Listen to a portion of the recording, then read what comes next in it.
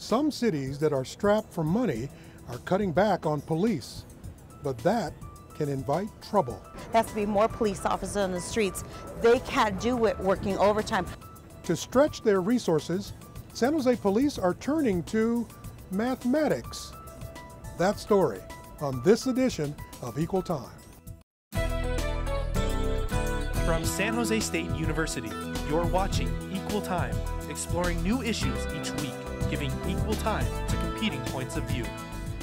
Welcome to the campus of San Jose State University and this edition of Equal Time. I'm your host, Journalism School Director Bob Rucker.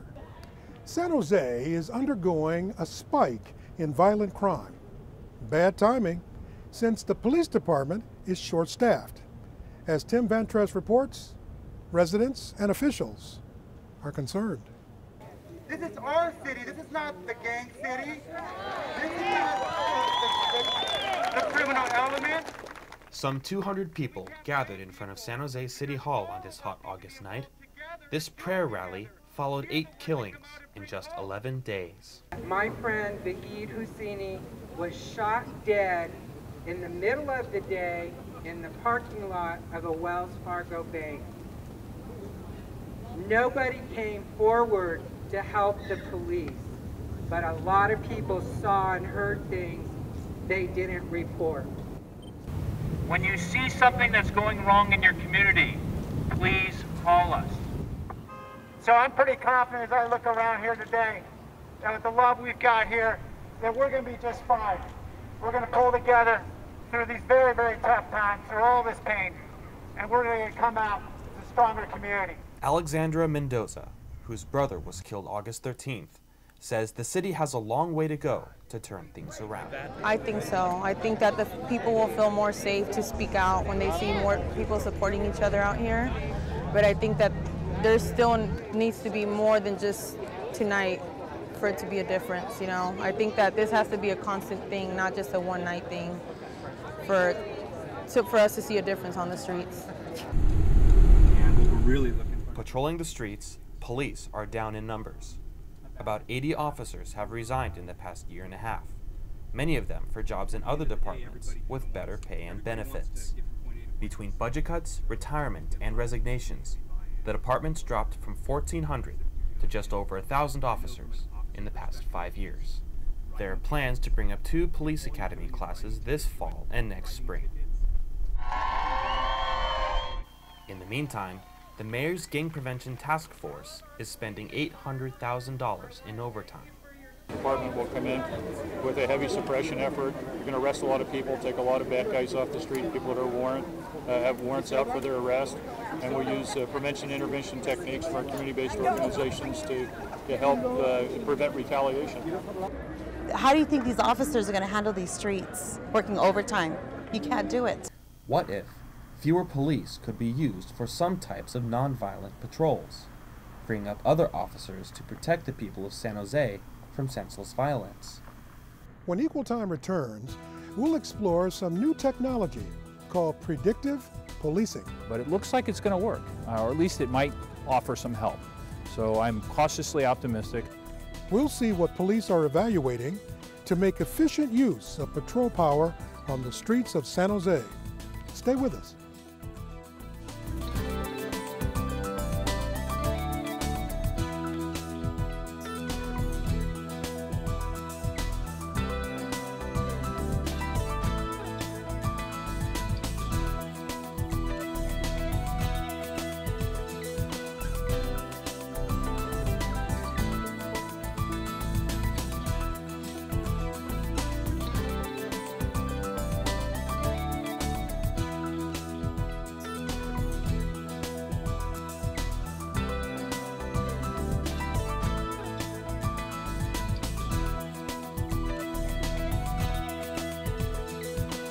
Welcome back.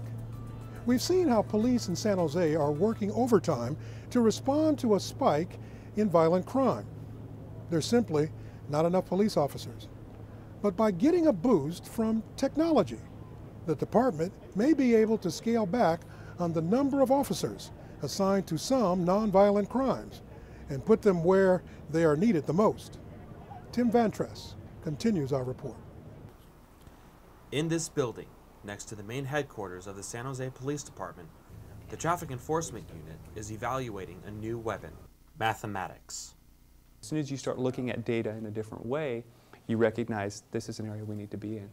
Sergeant Ed Conover studies maps of traffic accident hotspots in San Jose, generated by a computer program that predicts where accidents will happen. If the analytics work well, we'll basically get a map that'll tell us, now today this is where you want to be at this time. Conover puts officers on the scene before the accidents will occur. On this day, he assigned motorcycle officers downtown on 3rd Street. Police say the key to predictive policing is gathering a lot of data to determine patterns and hotspots.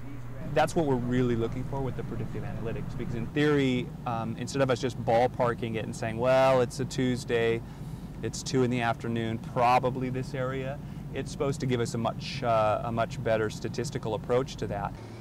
Predictive policing has been used with success for property crime in Santa Cruz and Los Angeles. San Jose is the first city to try it with traffic. Currently, what we're really looking to do is to sort of judge the efficacy of it and see if how it can be applied, if it's a useful tool.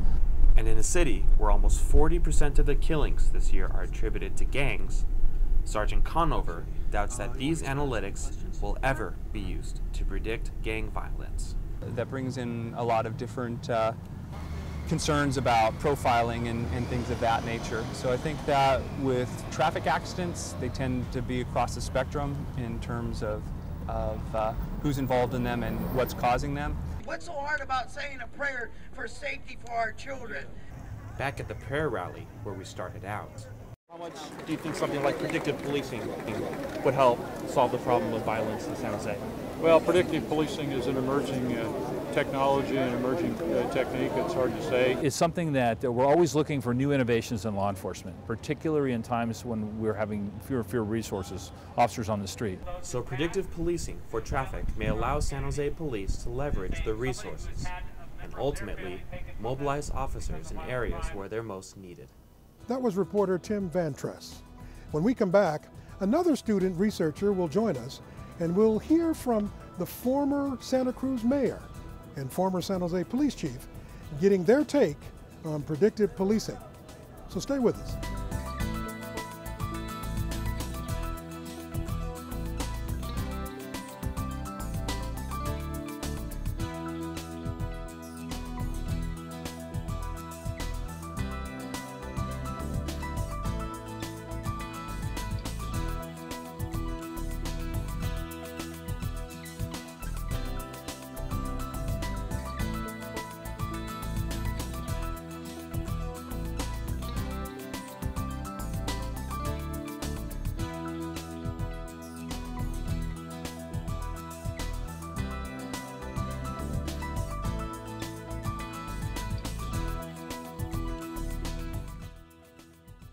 And welcome back to this edition of Equal Time. Our focus today is on predictive policing.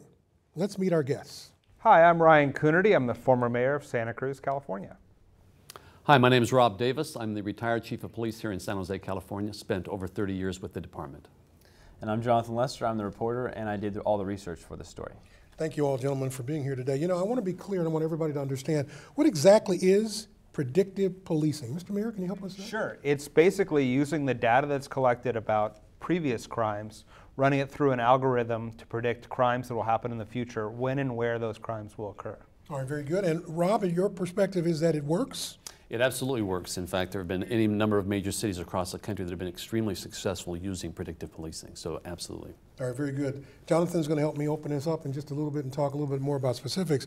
But my curiosity is that of the audience, and I think one of the things when I hear a definition like this is, okay, but using statistics is wonderful, but human beings sometimes are unpredictable.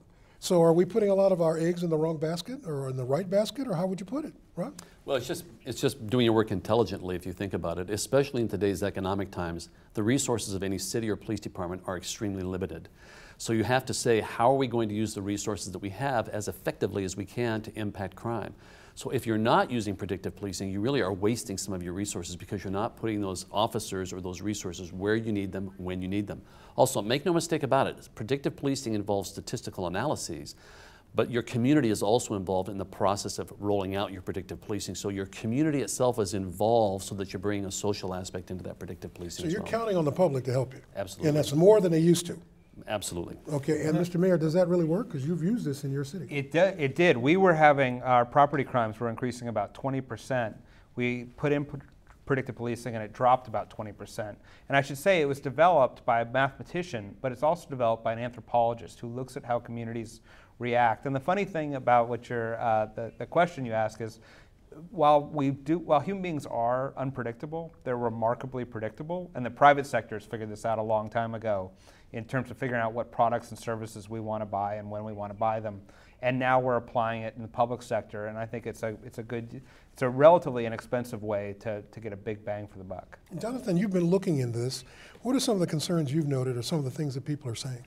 Well, some of the concerns obviously are, profiling. Neighborhood is seen as dangerous, so it's almost quarantined as dangerous. Mm-hmm. So people, it's not really necessarily a police patrolling anymore, but it's almost a police presence. Okay. when it gets to that point. And I mean, obviously, are these accurate? If you're policing places where the policing isn't really necessary to that extent, mm-hmm. I mean, you're almost wasting resources. So, is there a sense or a danger, and I'll ask all of you this, that some of this can be used inadvertently to profile people and cause more problems than you really need? Well, it can. One of the things that we like about it, though, is that if we send our police officers out and a mandate from the mayor, the police chief, reduce crime, reduce crime, reduce crime, a lot of police officers' biases can start coming in when they're under that kind of strain and mandate. This is data-driven. This is not. We don't take the ethnicity or the racial background of the crime. This is about time and place, and so we're taking that out of the equation and making it much more analytical than just sort of go out and stop crime, which is the usual way that, especially in smaller town police force which don't have the analytical capabilities, that's generally the way that the mandates that come down on already overburdened police officers. Would you agree, Rob? What's interesting is, yes, I mean, it certainly is an issue that you have to pay attention to, because invariably there will be times where in any given city, the statistics may tell you, go to this specific neighborhood to try and reduce this type of crime. And then you find as a result of your efforts, there may be a disparate impact on a given sector or entity within your community, a given minority group, which again raises the questions about, well, now, isn't that profiling then? What you have to understand is that in the overwhelming majority of these cities that use predictive policing, it's the residents themselves that are asking for that assistance. Remember, if we're using our resources correctly, efficiently, say you want to impact gang crimes, I can't tell you how many times in San Jose we would go into a given neighborhood and the big concern from the neighbors were, we're concerned about gang crime. And we were able to tell them, you don't need to be worried about it. There hasn't been a gang crime in this neighborhood in over 2 years. What you need to be worried about is X, Y, Z. Mm-hmm. So we wouldn't be putting our gang effort into that community. We'd be putting it someplace else. But at times, there was a disparate impact on certain ethnic groups within the city. But when you peel away the onion, if you will, those outer layers of the onion, they were the residents themselves from those neighborhoods who were asking for the police resources because there's an overwhelming disparity for victimization as well. So in other words, the people who were being victimized the most were some of these members of minority groups, and those people were the ones coming to the police department and saying, let's work together to do something. And we used our statistics to help drive our resources. And you're not necessarily focused on profiling only on diversity groups and cultural groups. We could be talking about college students and how they get into trouble at certain times, let's say during a break or during a holiday session or while they're at the beach or whatever. Isn't there a concern with that? Because we all know that numbers can be skewed and people can see numbers from different perspectives. And so if statistics show, for example, my friend here, college students are more inclined to go down and cause Santa Cruz problems on the boardwalk on certain days, which you guys would never do, of course. No, right? never. But if the statistics say they do, you might be reacting in a way that is punitive to them unfairly. Well, remember, we don't target any individuals. We target a 500 square foot box by a 500 square foot box. It says this is where crime is likely to occur, and we have 20 of those boxes around the city of Santa Cruz. So the predictive policing for us is, let's send our police officers to those boxes during those shifts so that they can be there hopefully as a preventative effort, so we don't have to deal or make any arrests. They're just, their presence there is enough to prevent that crime. Or if they see something suspicious, and we've had this happen in Santa Cruz, where in one of those boxes, the police officers rolled up. There was a van, and people they saw a lot of activity in the van. They went and knocked on the door. Inside, sawed-off shotgun, ski mask, the whole deal. Without that predictive policing box, I'm not sure that they would have gone out of the way to actually knock on the van's doors and make that contact. Now, sorry if you don't mind me. Yeah. On the other side of that, I mean, you're using this data to almost predict where these people are going to happen. But what happens when they're wrong, when they see something suspicious going on, and it happens to be nothing at all? And like, let's say, an unjust arrest almost. Well, I mean, I think the police officers aren't going to. They're limited by Fourth Amendment rules about what they have to have reasonable suspicion and then probable cause to make an arrest. So they're not going to do anything. They're under the same rules they would be as if they were driving by on their way back to the police headquarters or on their way out for the day. So the same rules apply, but this gives us a much more definitive area and time for them to focus on. Yes, the focus isn't on let's identify necessarily a type of person. We could say, for example, in the city of San Jose, we've got a burglary problem. So computer, tell me, on a Tuesday morning, or on any given day of the week, what day are we going to find most of the burglaries? It could tell us on a Tuesday morning at between 10 and 12, you're going to have most of your burglaries occurring in these 10 places in the city. It's just common sense to say, let's send our resources in there. Not even so much to always catch people. You want to prevent it if you can. So if you're flooding those geographical areas with police officers, the people who are coming there to burglarize in those times when you know they will be there won't burglarize. So you drive your rate down by preventing. It doesn't necessarily mean you're always going to make an arrest with predictive policing. You're trying to prevent, you're trying to intervene when you can, an arrest if necessary. You know, there is that old saying, for every action there's an equal but opposite reaction. Is there a possibility that if more and more cities use this approach to policing, would it give the person who's inclined to do something illegal an idea of what to anticipate from your actions? In other words, they'll know what you're going to do. Well, they think they know what we're going to do. Remember, because we look at this stuff on a real-time basis. It could change. We look at 2 weeks worth of data and it's telling us there's a trend to something else. If somebody gets wind that we're concentrating our resources in a given area and they start to move someplace else, we will find that they've moved someplace else through the ongoing statistical analyses that we're doing. And some crime does move. Drug trade or gang activity can move. The property crimes we're talking about tend not to move because burglars tend not to commute. They actually tend to rob their neighbors because they know when they're there, when they're not there, where the lights are on, who has a dog, who doesn't have a dog. So when you prevent those crimes, you're actually just driving down the crime rate rather than moving it somewhere else. And you've just given an excellent example as to why it is that there's so much support within the communities for predictive policing, because remember, the people who are being burglarized, the victims are the ones that are saying, help us. It's not as if you've got this police department that's trying to say, let's go out and profile somebody, let's go out and be heavy-handed. We're working with our community who have identified problems to say, how can we just be more efficient and use common sense in how we allocate our resources? That's really what this is. This is fascinating, but I'm wondering, Jonathan, in your research, they're thinking about possibly moving this to bigger cities. How are they incorporate this? But you had some other questions you wanted to put out there. Yeah, I mean, first off, this is all crimes of like the lower level, theft, burglary. But what about crimes that are more passion driven or more opportunity driven? I mean, there's not really an algorithm or something you can use to predict. Like someone leaves their car door open, I'm going to reach in there and grab their purse. There's not an algorithm that says I came home, my wife's cheating on me or something like that. I'm going to do something about it. Is there any way we can incorporate that, or is it just going to be left to the unknown? The unpredictable variable. Well, what the chief said is right. This is about allocation of resources. Every time the police have to respond to a burglary, they're writing a report, they're taking testimony, they're going to court, they're doing a variety of different things. That takes them off the street to deal with these larger issues. So you can't predict things that there aren't sort of large enough data sets to generate. And so, but if we can reduce the crime, LA did a study, and every time they have to investigate a burglary, it costs the department $44,000 in police hour time. You take that and allocate that $44,000 towards preventative programs, towards parks programs or youth programs, or towards putting more officers in gang beats or investigating murders, you're going to have a lot better output from the city. You will find also, though, that there are opportunities to do predictive policing for these quote-unquote crimes of opportunity. For example, you use the example where somebody may walk by a car and there's an open window and so they steal the purse.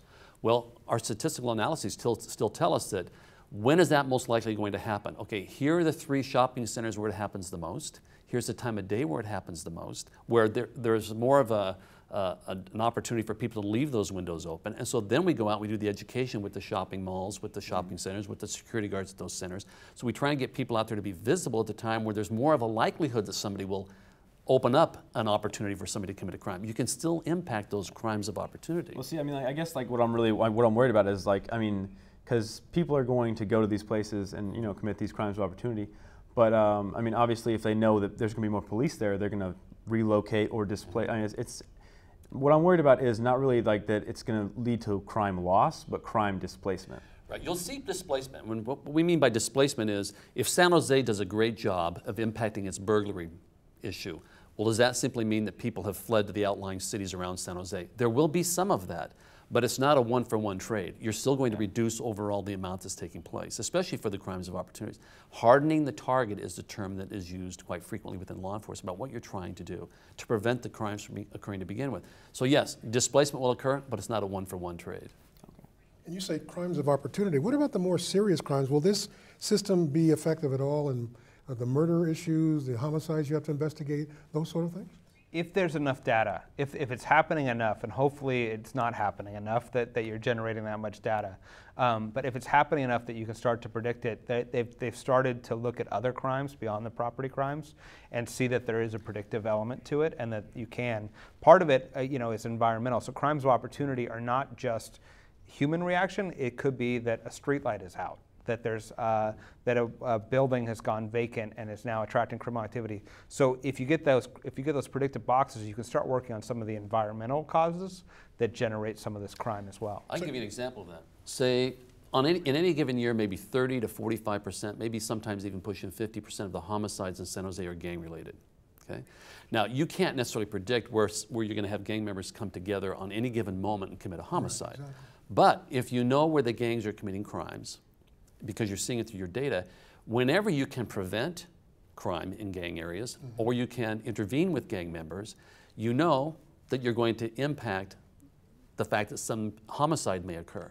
So you may not be able to say, hey, our computer's telling us that we're going to have a homicide this coming Thursday evening for gangs, but if you're doing everything you can through your predictive policing models to prevent and intervene with gang crime in general, you drive down your homicide rate. And take a look at San Jose's crime statistics for gangs. They're way lower. When you compare them to any other city our size or greater in the nation, we're very, very low because we know how to use that predictive policing model. So how do we budget then in cities and communities around the area for this type of process? Because it sounds like the statistical side of it has to be addressed, but then you have to have some sort of preventive program. And that means you're going to have a workforce to touch his base with those people that are potentially in gangs or leaning towards being in gangs. Is this going to increase the cost of policing in our communities? I think it drives it down, and I'll tell you why. We started doing this back in the mid-90s, and this is when gang crime was just really burgeoning across the state. And we realized you cannot arrest your way out of a gang problem. So you have to be more savvy in terms of how you use your resources, and not just the police department's resources, but your schools, your faith-based organizations, your nonprofits, the other social service organizations. We brought them to the table back in the mid-90s and say, what role can all of you play in the prevention and intervention piece? When you get other players from the community involved in this effort, what you find is you're reducing your costs at the police department, because now rather than just having to saturate areas with police that are trying to do arrests, you've got the community engaged with you to reduce the stress level on your resources because they're taking care of some of the things out there in the community that prevent and intervene with these gang members. It's actually cost effective to do this. But isn't all bets off when you have large groups protesting something or people coming in that are unexpected to the community causing problems? Sure. I mean, for single events, you're not going to be able to generate the data yet. You're not going to be able to generate the data fast enough to know, but you can do a lot. I mean, the power of this computing, where you're pulling in a lot of different information and running through algorithms, is extremely valuable. And one of the nice things about where we're moving in this is the big cities used to be able to be the only ones that could afford this analysis. They could buy the big systems and the computer systems and have all the analysts.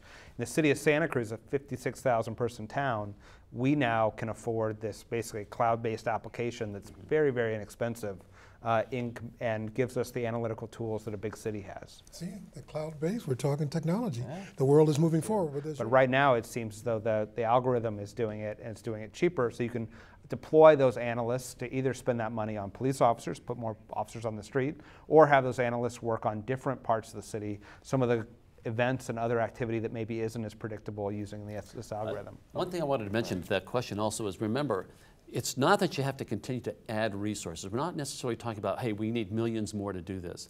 What you're saying is, we've done something this way for many, many years, and this is what we've got. If we're going to change the dynamic, we have to use our current resources in a different way. So it's not like you're saying, I need 25 more police officers in San Jose to go do predictive policing. I'm saying, I'm going to take the officers I already have, and I'm going to change what they do during their workday. Mm-hmm. Maybe we'll pull some off and put them in a predictive policing unit and leverage our resources.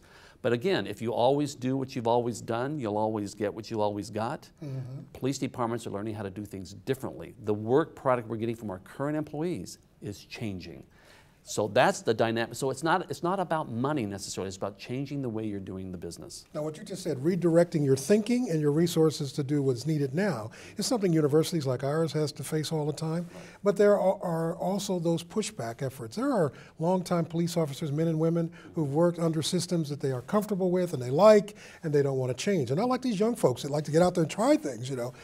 Is it reasonable to think that this is going to happen quickly across the country? You would know better. Well, I think it is, and I'll tell you what. It was a harder sell in the 90s. When we first started doing this in the 90s with the gang issues, you know, we had police officers who were saying, you've got an intervention program here where you've hired people who used to be gang members, and you're bringing them into the police department, and you want them to go out and intervene with these gang members. We're not going to work with these people.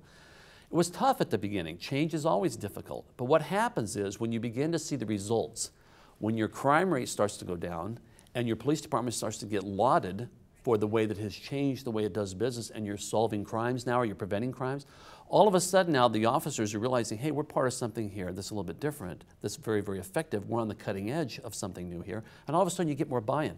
It's a very, very difficult thing now for any police department across the country not to buy into this because of the successes that have been had in New York and San Jose and places like LA where it's starting up, and in San Diego and in other major cities across the country.